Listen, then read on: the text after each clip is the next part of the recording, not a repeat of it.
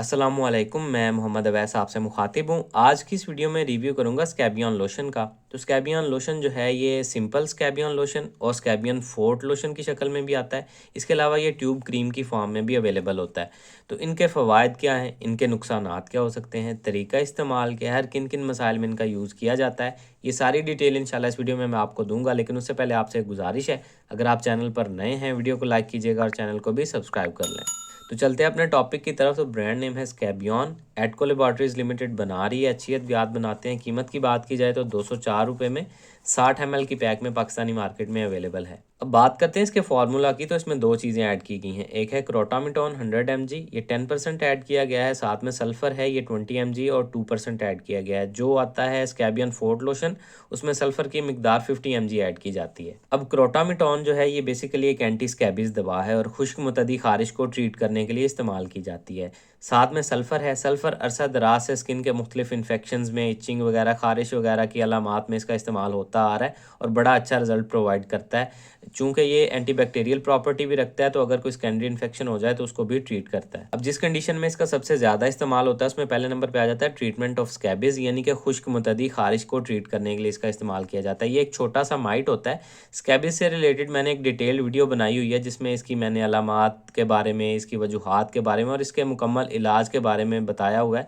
वो मैं link description में भी डाल देता हूँ और एंड स्क्रीन पे भी डाल दूंगा, आप वो देख सकते हैं। तफसील से वो वीडियो बनाई हुई है। तो उसको ट्रीट करने के लिए इसका इस्तेमाल करवाया जाता है स्कैबियन लोशन का।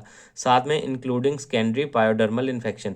पायोडर्मल इन्फेक्शन से मुराद ये है कि जब आपको इस तरह की कोई खारिश वगैरह होती है तो खारिश करके, इचिंग कर करके हम जो है अपनी जिल्द को मुतासर करते हैं, जिसकी वजह से वहाँ फिर सेकेंडरी इन्फेक्शन का ख़तरा होता है और वहाँ पे पस वाले दाने या रेशा वगैरह बनना स्टार्ट हो जाता है सेकेंडरी इन्फेक्शन की वजह से, जो कि बैक्टीरियाज़ की वजह से होती है।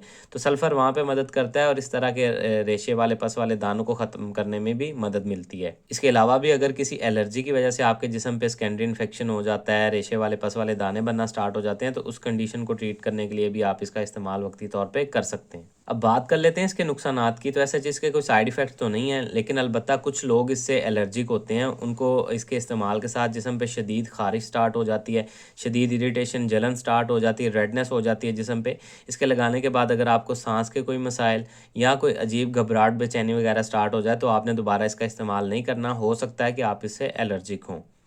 अब बात कर लेते हैं इसके तरीका इस्तेमाल के बारे में। तो अगर आप इसका इस्तेमाल स्कैबिज़ या मुतदी ख़ारिश को ख़त्म करने के लिए कर रहे हैं तो रोज़ रात को सोते हुए नीम गर्म पानी से पहले आपने नहाना है, जिस्म को अच्छी तरह से खुश्क करना है और गर्दन से लेके नीचे पूरी बॉडी पे आपने इसको मालिश कर लेनी है और इसको जज़्ब कर देना है मसाज करके, ताकि ये लेयर ऊपर ना रहे, जज़्ब हो जाए आपके स्किन में।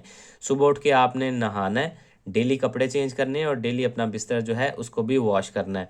5 से 7 दिन मुसलसल इस्तेमाल करें। इसके अलावा अगर आप किसी एलर्जिक रिएक्शन को ठीक करने के लिए या किसी एलर्जी, सेकेंडरी इन्फेक्शन को ट्रीट करने के लिए इसका इस्तेमाल कर रहे हैं तो मुतासरा जगह पे दिन में 2 से 3 दफ़ा आप लगा सकते हैं। मुतासरा हिस्से को पहले अच्छी तरह वॉश करें, खुश्क करके वहाँ पे इसको लगा सकते हैं, या जिस तरह से आपके डॉक्टर्स आपको प्रेस्क्राइब करें उस तरह से आपने इसको यूज़ करना है।